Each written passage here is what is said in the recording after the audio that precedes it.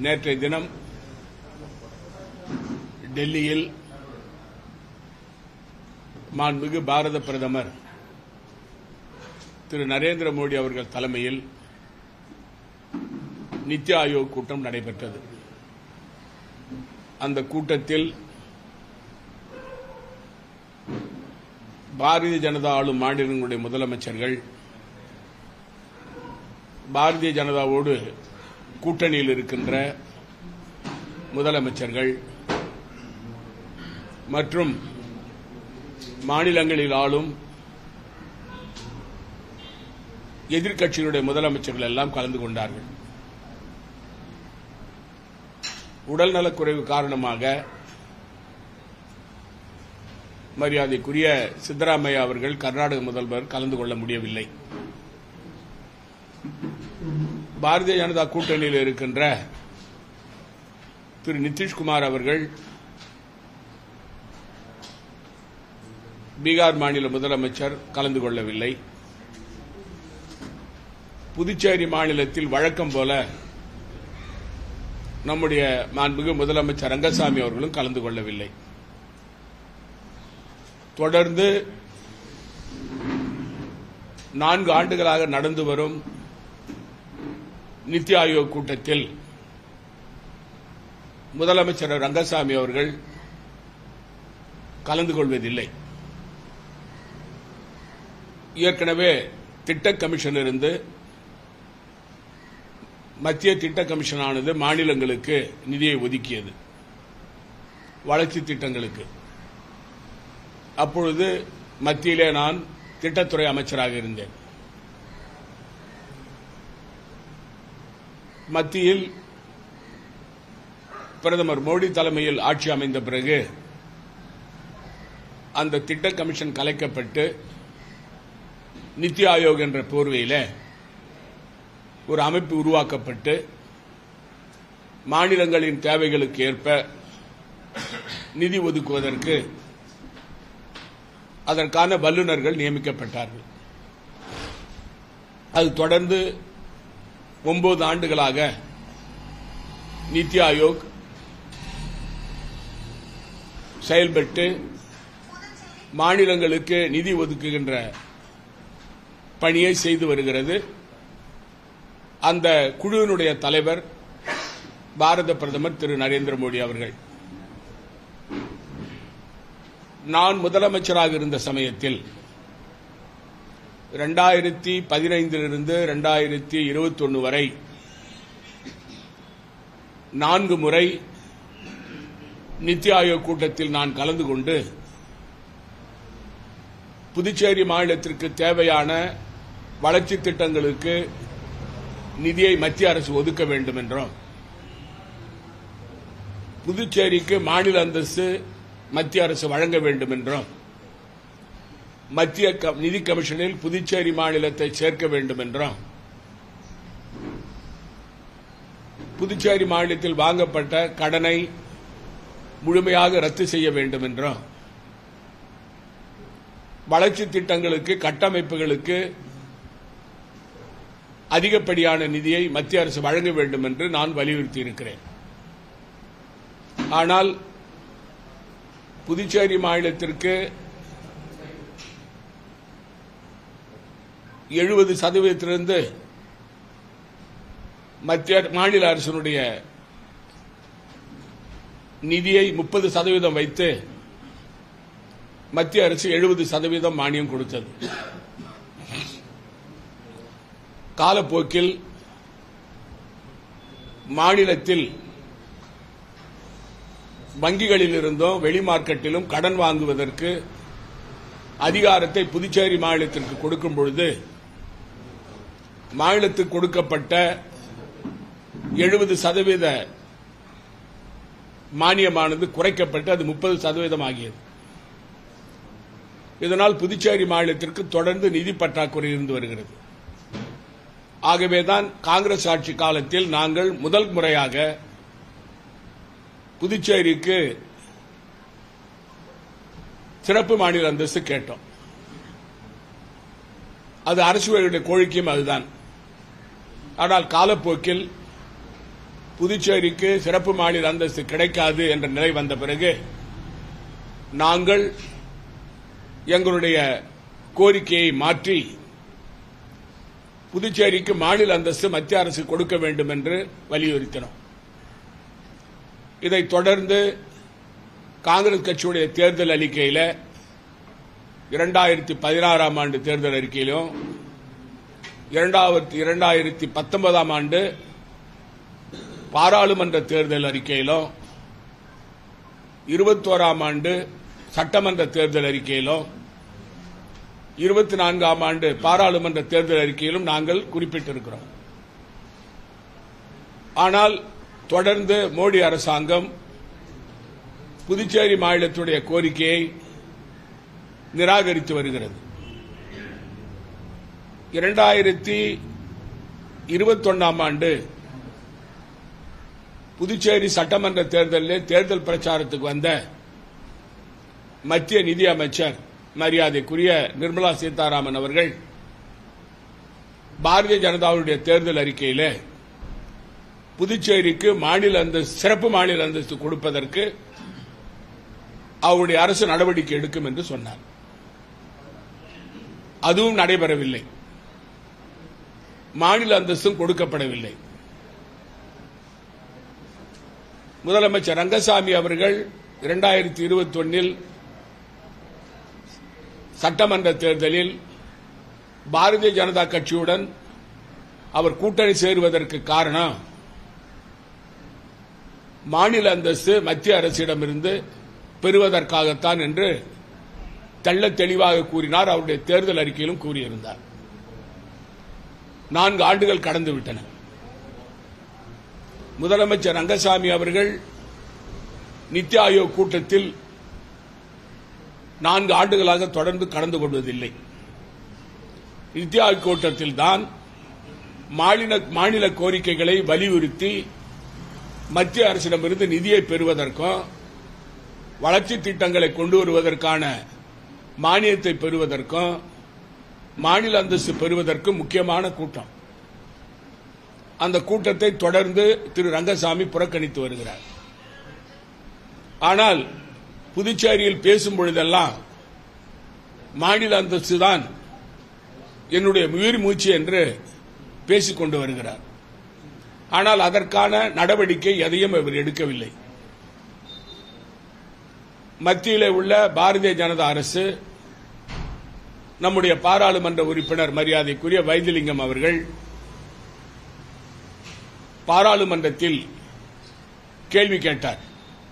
புதுச்சேரிக்கு மாநில அந்தஸ்து கொடுப்பதற்கான நடவடிக்கையை மத்திய அரசு எடுத்திருக்கிறதா என்று கேட்டார். அதற்கு மிக தெள்ளத் தெளிவாக மத்திய உள்துறை இணையமைச்சர் அவர்கள் புதுச்சேரிக்கு மாநில அந்தஸ்து கொடுக்க முடியாது என்று தெளிவாக கூறிவிட்டார். முதலமைச்சர் அவர்கள் 2022 ஆண்டு டெல்லிக்கு சென்றார். பிரதமரை சந்தித்தார். இந்த 4 வருடங்களில் ஒரே முறைதான் அவர் டெல்லி சென்றிருக்கிறார். அப்பொழுது பிரதமரிடம் இந்த கோரிக்கையை வலியுறுத்தியதாக அவர் பேட்டி கொடுத்திருக்கிறார். ஆனால் அது நடைபெறவில்லை. அது மட்டுமல்ல, 2011 2016 வரை அவர் முதலமைச்சராக இருந்த காலத்தில் 2014 மோடி ஆட்சிக்கு வந்த பிறகு மாநில அந்தஸ்து பெறுவதற்கு நான் அந்த ஆட்சிக்கு நிபந்தனையின்றி ஆதரவு கொடுக்கிறேன் என்று சொன்னார். ஆனாலும் அந்த ஆட்சி காலத்தில் அவரால் மாநில அந்தஸ்தை பெற முடியவில்லை. இப்பொழுது வாய்ப்பு இருந்தோம், என்ஆர் காங்கிரஸ் பாஜக கூட்டணி ஆட்சி இருந்தோம், முதலமைச்சர் ரங்கசாமி அவர்களால் மாநில அந்தஸ்து பெற முடியவில்லை. மாண்புமிகு சபாநாயகர் திரு செல்வம் அவர்கள் பத்திரிகைகளுக்கு பேட்டி அளிக்கும் பொழுது 2026க்கு முன்பு புதுச்சேரிக்கு மாநில அந்தஸ்து கிடைப்பதற்கான சாத்தியக்கூறு இல்லை என்று கூறியிருக்கிறார். ஒரு மாநில முதலமைச்சர் பாரதிய ஜனதாவுடைய கூட்டணியில் இருக்கிறார். அவர் பாரத பிரதமர் நரேந்திர மோடி கூட்டத்தை புறக்கணித்திருக்கிறார்.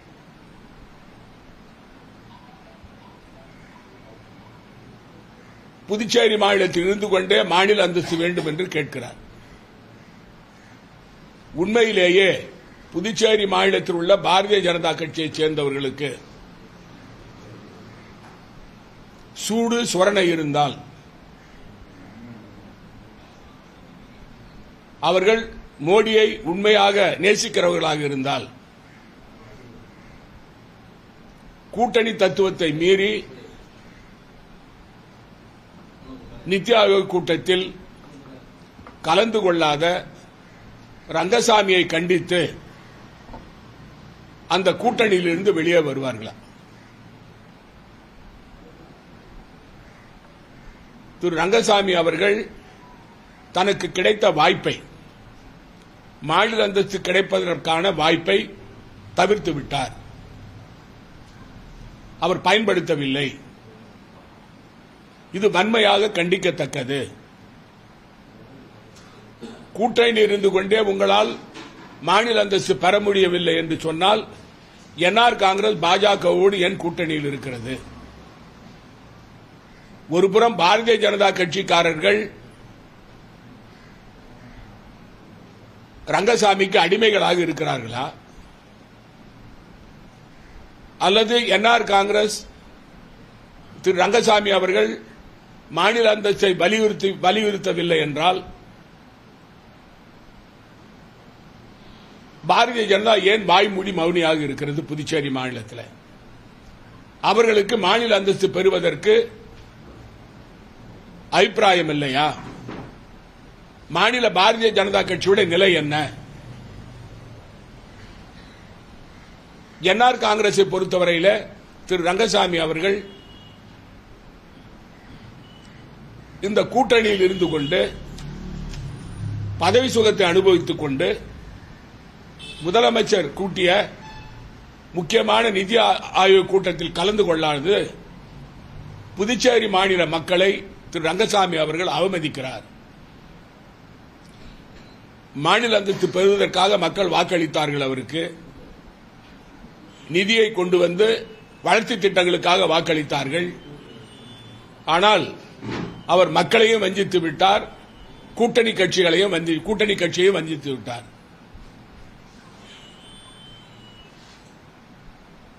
இன்னொரு புறம் தான் கொண்டு வந்த கோரிக்கை, மாநில அந்தஸ்து பெறுவோம் என்ற கோரிக்கை பாரதிய ஜனதா ஏற்றுக்கொள்ளவில்லை என்று சொன்னால் ஏன் அவர் இந்த கூட்டணியில் இருக்கிறார்? இரண்டு கட்சிகளும் கபட நாடகம் ஆடுகிறார்கள். நாற்காலிக்காக ரங்கசாமி எதையும் விட்டுக் கொடுக்க தயார். பாரதிய ஜனதா கட்சி அமைச்சர்கள், சட்டமன்ற உறுப்பினர்கள் பதவியில் ஒட்டிக் கொள்வதற்காக எதையும் சமரசம் செய்து கொள்வதற்கு தயாராக இருக்கிறார்கள். இது ஒரு கதம்ப கூட்டணி, கொள்கை இல்லாத கூட்டணி. திரு ரங்கசாமி அவர்கள் நித்தி ஆயோக் கூட்டத்தை தவிர்த்தது புதுச்சேரி மாநில மக்களுக்கு செய்த மிகப்பெரிய துரோகம். ஆகவே நாங்கள் காங்கிரஸ் கட்சியின் சார்பில் இதை வன்மையாக கண்டிக்கிறோம். 2026 புதுச்சேரி மாநிலத்தில் இந்தியா கூட்டணி ஆட்சிக்கு வந்தால் கண்டிப்பாக நாங்கள் மாநில அந்தஸ்தை பெறுவோம், போராடி பெறுவோம். மாநில அந்தஸ்து எங்களுடைய இலக்கு. முதலமைச்சர் அவர்கள் 2 தினங்களுக்கு முன்பு பான்லேவுக்கு சென்று அங்கே 20,000 லிட்டர் கொள்ளளவு கொண்ட ஐஸ்கிரீம் தயாரிக்கும் ஒரு தொழிற்சாலைக்கு அடிக்கல் நாட்டியிருக்கிறார். பால்டேவுடைய நிலை என்ன? ஒரு நாளைக்கு பான்லேவுக்கு தேவையான பால் 1,10,000 லிட்டர். அதில் 40,000 லிட்டர் உள்ளூர் பசுமாடுகள் வைத்திருக்கிறவர்கள் அவருடைய சொசைட்டிகளின் மூலமாக பான்லேவுக்கு கொடுக்கிறார்கள். அவர்களுக்கு ஒரு லிட்டருக்கு கொடுக்கும் தொகை 36 ரூபாய். வெளி மாநிலங்களிலிருந்து, குறிப்பாக தமிழ்நாடு, கர்நாடகாவிலிருந்து தேவையான மீதி தேவையான பால் 70,000 லிட்டர் தினமும் வாங்கப்படுகிறது. அதற்கு இவர்கள் கொடுக்கின்ற தொகை 43 ரூபாய். உள்ளூர் பால் உற்பத்தியாளர்கள் கொடுப்பது 35 ரூபாய். வெளிமாநிலத்திலிருந்து வாங்குவதற்கு கொடுப்பது 43 ரூபாய் ஒரு லிட்டர். நம் உள்ளூர் பால் உற்பத்தியாளர்களுக்கு அந்த தொகையை கொடுத்தால் அவர்கள் புதுச்சேரி மாநிலத்திலிருந்து தேவையான பாலை நாம் பெற முடியும். இதற்கு காரணம் லிட்டருக்கு கையூட்டு பெறுவதற்காக, ஒவ்வொரு லிட்டருக்கும் கையூட்டு பெறுவதற்காக வேண்டுமென்றே வெளிமாநிலங்களிலிருந்து இந்த பால் பெறப்படுகிறது. அது மட்டுமல்ல, நம்முடைய மாநிலத்தில் ஏற்கனவே எங்களுடைய ஆட்சி இருந்த சமயத்தில் 3000 லிட்டர் கொள்ளளவு கொண்ட ஐஸ்கிரீம் தயாரிக்கும் தொழிற்சாலை அமைத்து அதற்கான உபகரணங்கள் வாங்கப்பட்டு அது இயங்கி வந்தது. அந்த அடிக்கல் நாட்டு விழாவிலே முதலமைச்சர் கூறுகிறார், தொழிலாளிகள் வேலை செய்வதில்லை, தொழிலாளிகள் பணிக்கு வருவதில்லை, படித்த இளைஞர்கள் மாடு மேய்க்க செல்ல வேண்டும் என்று ஒரு மாநில முதலமைச்சரை கூறுகிறார். கூட்டுறவுத்துறை அவருடைய கையில் இருக்கிறது, அவர்தான் அவருடைய தலைமை பொறுப்பு. தொழிலாளிகள் வேலைக்கு வரவில்லை என்று சொல்வது முதலமைச்சர் நிர்வாக திறமை அற்றவர் என்பது தெளிவாக காட்டுகிறது. சுமார் 300க்கு மேற்பட்ட பான்லேவில் பணிபுரிகின்ற தொழிலாளிகள் வேலைக்கு செல்வதில்லை. அவர்கள் மனை விற்பனையில் இருப்பதும், வியாபாரம் செய்வதும், தொழில் செய்து கொண்டு பான்லேவிலே சம்பளம் வாங்குகிறார்கள். இப்பொழுது பான்லே சுமார் 34 கோடி ரூபாய் நஷ்டத்திலே செல்லுகிறது. ஏற்கனவே அமைக்கப்பட்ட ஐஸ்கிரீம் தயாரிக்கின்ற அந்த 3000 லிட்டர் கொள்ளளவு கொண்ட அந்த தொழிற்சாலையில் 2000 லிட்டருக்கு மேல் தயாரிக்க முடியவில்லை. தொழிலாளிகள் வேலைக்கு செல்வதில்லை, 3வது ஷிப்டுக்கு செல்வதில்லை, இரவு நேரத்துக்கு செல்வதில்லை. தொழிலாளிகள் எல்லாம் பான்லேவில் பணிபுரிகின்ற தொழிலாளிகள் 40% பேர் அமைச்சர்களுக்கு பணிபுரிகிறார்கள், அமைச்சர்களுடைய பணியாளர்களாக இருக்கிறார்கள். அமைச்சர்கள் வீட்டிலே இருக்கிறார்கள், அமைச்சர்களுடைய அலுவலகங்களில் இருக்கிறார்கள், ரியல் எஸ்டேட் தொழில் செய்கிறார்கள். இது ஒரு நிர்வாகமா? இதனுடைய தலைவர் திரு ரங்கசாமி அவர்கள், அவர் மனம் நொந்து பேசுகிறார், தொழிலாளிகளுக்கு வேலை செய்ய போவதில்லை என்று. இதிலிருந்து திரு ரங்கசாமி அவர்கள் தன்னுடைய துறையை சரியாக நிர்வகிக்கவில்லை என்பது தெளிவாக தெரிகிறது. அது மட்டுமல்ல, புதுச்சேரியில் படித்த இளைஞர்களை மாடு மேய்க்க போகுங்கள் என்று சொல்வது மிக வன்மையாக கண்டிக்கத்தக்கது. பிள்ளைகளை பெற்றோர்கள்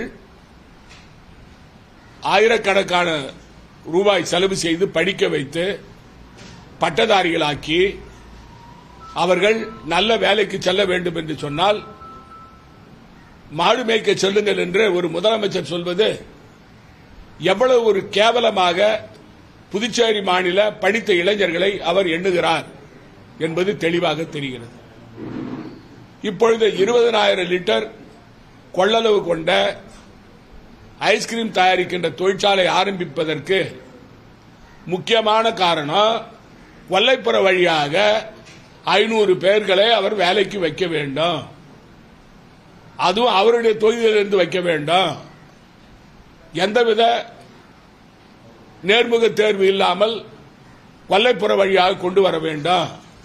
அதற்காகத்தான் அவசரமாக இந்த 20,000 லிட்டர் கொள்ளளவு கொண்ட ஒரு ஐஸ்கிரீம் தொழிற்சாலை ஆரம்பிப்பதற்கு அடிக்கல் நாட்டியிருக்கிறார். அதனால்தான் 1000 பேருக்கு வேலை கொடுக்க போகிறோம் என்று கூறுகிறார். நான் முதலமைச்சர் ரங்கசாமி அவர்களை கேட்டுக்கொள்கிறேன், அதற்கான பால் நீங்கள் வெளியிலே தான் வாங்க வேண்டும். இந்த 20,000 லிட்டருக்கு தேவையான பால் நீங்கள் வெளியில் வாங்க வேண்டும். அதற்கு விலை 43 ரூபாய். ஏற்கனவே நஷ்டத்தில் இந்த அமைப்பு இயங்கி வருகிறது. ஏற்கனவே இருக்கின்ற ஐஸ்கிரீம் தொழிற்சாலையை உங்களால் சரியாக நடத்த முடியவில்லை. ஆட்களை வேலைக்கு வைப்பதற்காகவே எப்படி பல பொதுத்துறை நிறுவனங்களை பேப்ஸ்கோ, பேசிக், பான்ஃபேப், பான்டெக்ஸ் போன்ற நிறுவனங்கள், கூட்டுறவு சர்க்கரை ஆலை, கூட்டுறவு நூற்பாலைகளை எல்லாம் அதிகப்படியான அமுத சுரபி உள்பட அதிகப்படியான தொழிலாளிகளை அமைத்து கொல்லைப்புற வழியாக கொண்டு வந்து அவர்களெல்லாம் சம்பளம் இல்லாமல் ரோட்டிலே இப்பொழுது உலவுகிறார்கள். அந்த நிலையை இப்பொழுது ரங்கசாமி அவர்கள் பான்லேவிலையும் கொண்டு வருவதற்காக முயற்சி செய்கிறார். இதை நாங்கள் ஏற்றுக்கொள்ள மாட்டோம். கண்டிப்பாக முதலமைச்சர் ரங்கசாமி அவர்கள் இந்த ஐஸ்கிரீம் தொழிற்சாலை ஆரம்பிப்பது சம்பந்தமாக ஒரு வெள்ளை அறிக்கையை கொடுக்க வேண்டும். ஏற்கனவே இந்த தொழிற்சாலை சரியாக செயல்படவில்லை. இந்த 20,000 லிட்டருக்கு தேவையான கட்டமைப்பு NDDBயோடு, அதாவது அமுல் கம்பெனியோடு சேர்ந்து செய்கிறார்கள். இதில் கொள்ளை அடிப்பதற்கும் கொல்லைப்புற வழியாக ஆட்களை உள்ளே வைப்பதற்கான வேலையை, அதுவும் அவருக்கு வேண்டியவர்களை வைப்பதற்கான வேலையை செய்கிறார். இதை ஏற்றுக்கொள்ள முடியாது. குறிப்பாக இந்த பான்லேவை லாபத்தில் இயங்குவதற்கான நடவடிக்கை முதலில் எடுத்துவிட்டு மற்ற வேலைகளை பாருங்கள்.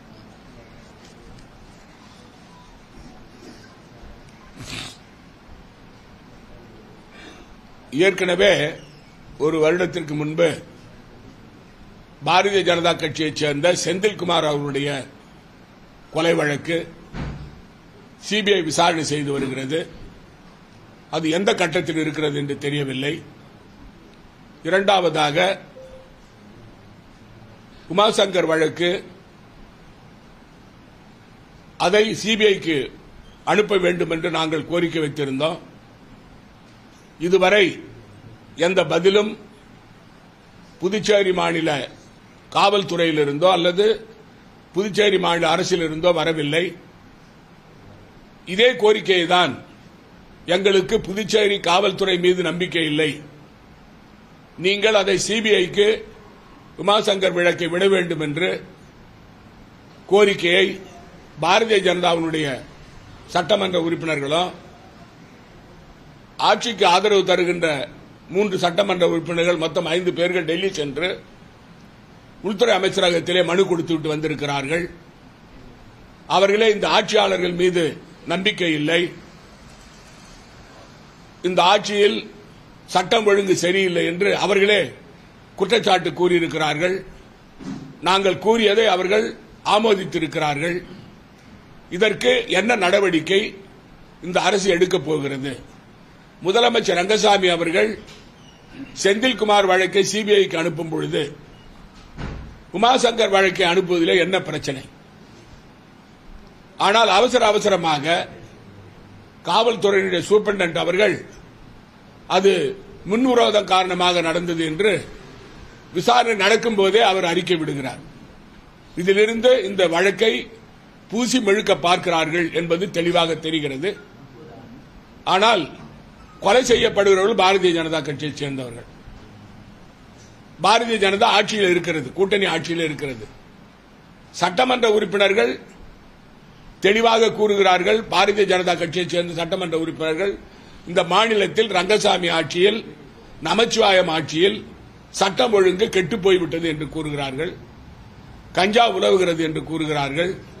நிலம் அபகரிப்பு நடக்கிறது, வீடு அபகரிப்பு நடக்கிறது, பெண்கள் படுகொலை செய்யப்படுகிறார் என்று கூறுகிறார்கள். ஆனால் அதற்கு இவர்கள் எந்த பதிலும் சொல்வதில்லை. ஆகவே ஒட்டுமொத்தமாக இந்த எங்களுடைய கோரிக்கை, காங்கிரஸ் கட்சியுடைய கோரிக்கை, ஏற்கனவே மரியாதைக்குரிய தலைவர் வைத்திலிங்கம் அவர்கள் கோரிக்கை வைத்திருக்கிறார். இந்த வழக்கை சிபிஐக்கு அனுப்ப வேண்டும் என்று, நாங்களும் சிபிஐ விசாரணை வைக்க வேண்டும் என்று வலியுறுத்தி இருக்கிறோம். ஆனால் முதலமைச்சர் அவர்கள் சிபிஐ விசாரணைக்கு பரிந்துரை செய்ய வேண்டும் என்று நான் கேட்டுக் கொள்கிறேன். பில்லியனூர் உளவாய்க்கால் பகுதியில் கண்டுபிடிக்கப்பட்ட போலி மதுபான தொழிற்சாலை சம்பந்தமாக விசாரணை வைக்க வேண்டும் என்று கேட்டோம். ஆனால் பதில் என்ன வருகிறது என்று சொன்னால், தமிழ்நாடு அரசு அதை விசாரணை செய்கிறது. தமிழ்நாடு அரசு கடத்தல் கொண்டு செய்தது சம்பந்தமாக நடவடிக்கை எடுக்கிறார்கள். போலி மதுபான தொழிற்சாலை சம்பந்தமாக நடவடிக்கை எடுக்கிறார்கள். ஆனால் புதுச்சேரி கலால் துறை என்ன செய்து கொண்டிருக்கிறது? இது கலால் துறை புதுச்சேரி மாநிலத்தில் அந்த மதுபான தொழிற்சாலை கள்ளத்தனமாக நடத்தப்படுகிறது தெரிய வந்திருக்கிறது. அதுவும் இவர்கள் பிடிக்கவில்லை. தமிழ்நாடு நுண்ணறிவு போலீசார் அங்கே மானூர் பகுதியில் அந்த ட்ரக்கை இடைமறித்து அதில் இருந்த போலி மதுமாட்டல்களை கையகப்படுத்திய பிறகு குற்றவாளிகள் 4 பேர் கைது செய்யப்பட்டார்கள். 30 லட்சம் பெறுமான மதுபாட்டில்களும் கையகப்படுத்தப்பட்டது. அவர்கள் இங்க புதுச்சேரியில் மதுபான தொழிற்சாலை கள்ளத்தனமாக நடக்கிறது என்று அவர்கள் அறிக்கை தாக்கல் செய்து மட்டுமல்லாமல் வழக்கு போட்டிருக்கிறார்கள். ஆனால் புதுச்சேரியினுடைய கலால் துறை என்ன செய்தது?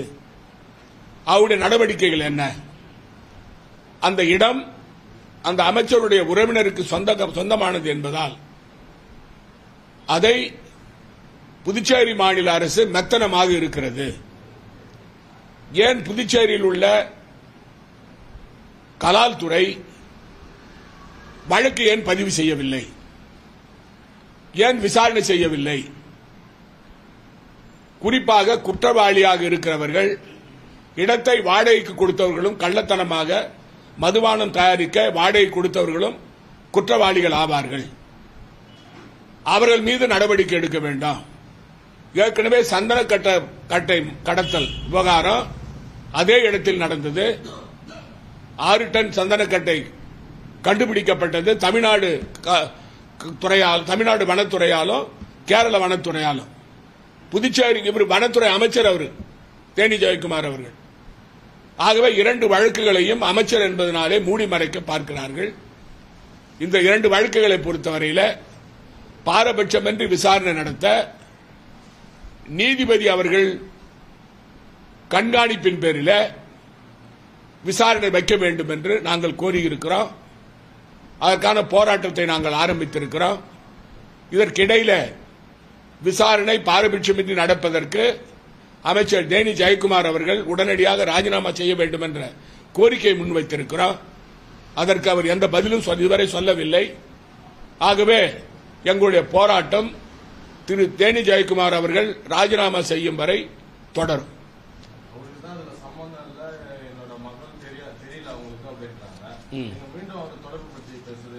நான் தெரியாம கொலை பண்ணிட்டேன்னு சொன்ன ஏத்துக்காங்களா? என்னங்க?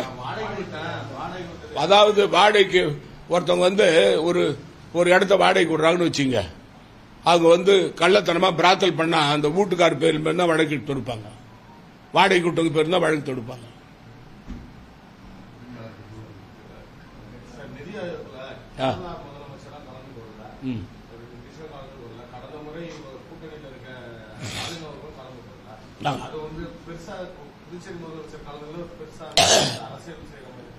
அது அரசியல் செய்யற மாதிரி இல்லை சார்.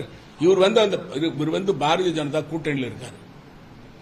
இந்த பாரதிய ஜனதா கூட்டணிக்கு தலைவர் கூட்டணி ஆட்சிக்கு தலைவர் பிரதமர் கூட்டுற கூட்டத்தில் எதிர்க்கட்சி முதலமைச்சர் போவாது அவருடைய விருப்பம். ஆனா இப்ப ரங்கசாமிக்கும் பிரதமர் மோடிக்கு ஏதாவது கருத்து வேறுபாடு இருக்கா? ரங்கசாமி பாரதிய ஜனதா கூட்டணியிலிருந்து வெளியில வராரா? பாரதிய ஜனதா கட்சியை பொறுத்த வரைக்கும் புதுச்சேரியில் இருக்கிற பாரதிய ஜனதா கட்சியை கைட்டி விட்ட அவர் விரும்புறாரா? தெரியணுமில்ல எல்லாருக்கும். அதாவது மத்திய அரசோடு இணக்கமாக இருக்கிற, அதாவது முன்னுக்கு பின் போறா பேசுறாரு ரங்கசாமி. ஒரு முறை என்ன சொல்றாரு, மத்திய அரசு நிதி கொடுக்கலன்றாரு, அதிகாரிகள் ஒத்து உழைக்கலன்றாரு. ஆனா இன்னொரு முறை என்ன சொல்றாரு, மத்தியிலிருந்து நிறைய நிதி வருது, நாங்க திட்டத்துக்கு செலவு செய்யறேன்னு சொல்றாரு. மாறி மாறி நேரம் மாறி மாறி பேசுறாரு. நான் கேட்கறது, நீங்க கூட்டணி கட்சி தலைவர், ஒரு புதுச்சேரி மாநிலத்தில் முதலமைச்சர், எல்லா முதலமைச்சரும் கலந்துக்கிறாங்க, தமிழ்நாடு முதலமைச்சர் கலந்துக்கிறாரு, ரேவந்த் ரெட்டி கலந்துக்கிறாரு, எல்லா முதலமைச்சரும் கலந்துக்கிறாங்க, மாற்றுக் கட்சி முதலமைச்சர்லாம் கலந்துக்கிறாங்க. இவர் போவாததுக்கு என்ன காரணம்? முதலமைச்சர் ரங்கசாமி தெளிவா சொல்லணுமா இல்லையா? இவருக்கு மாநில அந்தஸ்து கேட்க விருப்பமா இல்லையா? அதிகமா நிதி கேட்க விருப்பமா இல்லையா? சொல்லணுமா இல்லையா?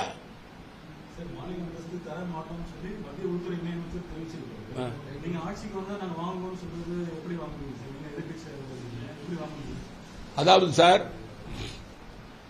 புதுச்சேரிக்கு மாநில அந்தஸ்தை பொறுத்த வரைக்கும் நான் நிதி ஆயோக்கில் பேசும்போது சொன்னேன், நீங்க ஜிஎஸ்டியில் புதுச்சேரியை ஸ்டேட்டா பாக்குறீங்க, மாநிலமா பாக்குறீங்க, எங்க கிட்ட இருந்து வரியை வாங்குறீங்க, புதுச்சேரியை ஸ்டேட்னு சொல்லிக்கிறீங்க, அதுல அங்க ஸ்டேட்னு சொல்லுவீங்க, ஆனா மாநில அந்தஸ்து கொடுக்க மாட்டீங்க. என்ன நியாயம் அது? இதான் நான் வலியுறுத்தினேன் நிதி ஆயோக் கூட்டத்தில். அதே போல அங்க யூனியன் பிரதேசமா இருக்கிற டெல்லி யூனியன் பிரதேசமா ஆக்குறீங்க, ஜம்மு காஷ்மீர, அவங்களுக்கு 41% கொடுக்குறீங்க மானியம். அது யூனியன் பிரதேசம் தானே. புதுச்சேரி யூனியன் இங்க கொடுக்கல 41%, ஏன் கொடுக்கல? இங்க 22% தான் கொடுக்குறீங்க. இது பாரபட்சம் இல்லையா? ஒன்னு பண்ணுங்க, எங்களை ஒன்னு ஆம்பளையா வச்சீங்க, இல்ல பொம்பளையா வச்சீங்க, ஏதாவது ஒன்னு செய்யணும் இல்ல. உங்களுக்கு தேவைப்படும் போது நாங்க மாநிலம், உங்களுக்கு தேவையில்லாத போது நாங்க யூனியன் பிரதேசம். என்ன நியாயம் அது? இதான் நான் கேட்டேன். அதுக்குள்ள மோடி உடனே பெல் அடிக்கிறார். நான் கேட்கும்போது பதில் சொல்ல முடியல அவங்களால. நான் என்ன சொல்றேன், நம்முடைய வருமானம் நமக்கு 900 கோடி 9,000 கோடி வருமானம் வருது மொத்தத்தில், எல்லாம் சேர்த்து. அதாவது மத்திய கலால் வரி, மத்திய சுங்க வரி எல்லாம் சேர்த்து வருது. இதுல வர்றதுல நமக்கு கொடுக்கறது எவ்வளவு கொடுக்குறாங்க? அவங்க 2,310 கோடி கொடுக்குறீங்க. நமக்கு கிடைக்க வேண்டியது 4,500 கோடி கிடைக்கணும். இவங்களே நம்ம போய் கெஞ்சணும், நீ எங்களுக்கு கொடுங்க, 50% கொடுங்க. இப்ப தமிழ்நாடு முதலமைச்சர் கேட்கிறாருல, 50% கொடுங்கன்னு கேட்கிறாரு. கேட்போம். ஆமா, யாரு?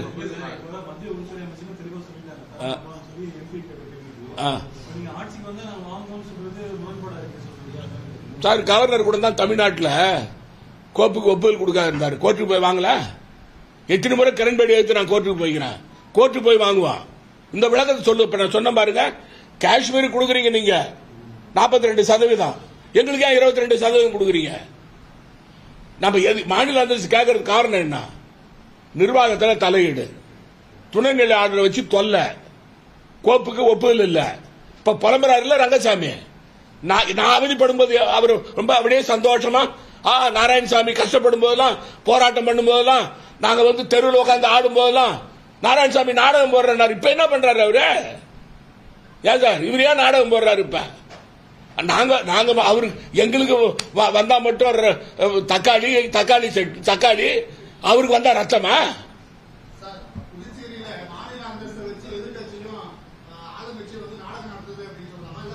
யார் சொல்றோங்க?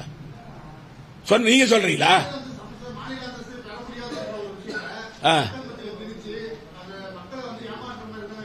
யார் சொல்றது? நீங்க கேக்குறீங்களா? நான் சொல்றேன் சார், உங்களுக்கு நான் சொல்ற காரணங்களை நீதிமன்றம் போனா நீதிமன்றத்தில் மாநில அந்தஸ்து பெற முடியும் நம்மால.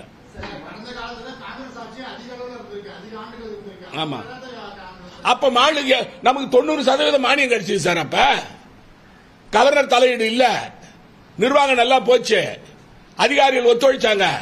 அப்ப அந்த எண்ணம் வரல. அது 30% ஆச்சு. அதுக்கு பிறகுதான் வலி எடுத்தது. அதிகாரிகள் தலையீடு இருந்தது, கவர்னர் தலையீடு இருந்தது. இப்ப அதை விட மோசம், கிரண்பேடி வந்த பிறகுதான் நிலைமை மோசமா போச்சு. அதனால்தான் மாநில அந்தஸ்து கேட்கிறோம். ஏன் சார் யாருமே தொல்லை இல்லாத போது யாரும் கவலைப்பட மாட்டாங்க. தொல்லை வரும்போது தானே சிந்திப்பாங்க.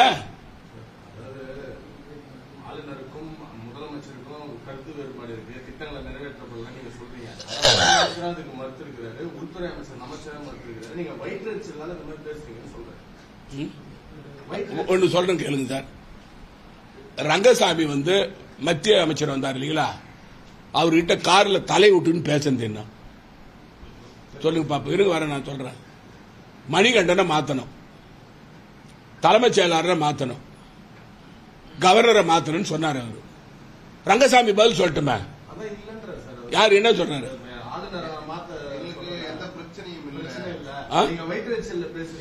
யார் சொல்றது?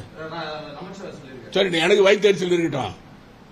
நான் கேட்கறது என்னன்னா, ரங்கசாமி துணைநிலை ஆளுநரை பொறுத்த வரைக்கும் ஏன் அன்னைக்கு ஒரு கூட்டம் நடந்தது, ஒரு விழா நடந்தது நல்லவாட்டில்.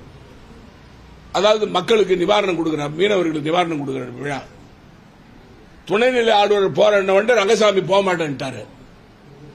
துணைநிலை ஆளுநர் போகலன்னு சொன்ன உடனே ரங்கசாமி போறாரு விழாவுக்கு. அதனால எல்லாம் எங்களுக்கு தெரியும், என்ன நடக்குதுன்னு தெரியும். எப்ப எங்களுடைய ஆட்சியர் இருந்தது 4 கோடி ரூபாய் நஷ்டத்தில் இருந்தது. அப்ப நாங்க என்ன பண்ணோம், நிறைய அந்த டெபுடேஷன் போட்ட ஆளுங்கெல்லாம் கூப்பிட்டு வேலைக்கு வாங்கினோம். அந்த ஐஸ்கிரீம் பிளான் போட்டது நம்ம பீரியட்ல தான், அமுல கூப்பிட்டு நம்ம போட்டோம். அதுலயே நம்ம பீரியட்ல 3000 லிட்டருக்கு வேலை நடந்தது. இப்ப அது 2000 ஆகி போச்சு சார். எல்லாமே ரங்கசாமியினுடைய தொகுதி ஆளுங்க சார். வேலைக்கு வாங்கணுமா, நாங்க கண்ட்ரோல் பண்ணமா, அவங்களை எல்லாருமே வேலைக்கு வரலாம். எல்லாரும் நிறைய பேரை சஸ்பெண்ட் பண்ணோம். ஆமா, அதான் உண்மை. அவரு காரணம், ரங்கசாமி நேரடியா காரணம், அவங்க ஆட்களும் காரணம். அவர் தொழிலாளியை வேலை வாங்க வேண்டியது அந்த நிர்வாகி. அந்த நிர்வாகி கொழுத்து போட்டான். நல்ல நிர்வாகி தான் கொள்ள அடிக்கிறான். இவருக்கு பங்கு கொடுக்கிறான் ரங்கசாமிக்கு.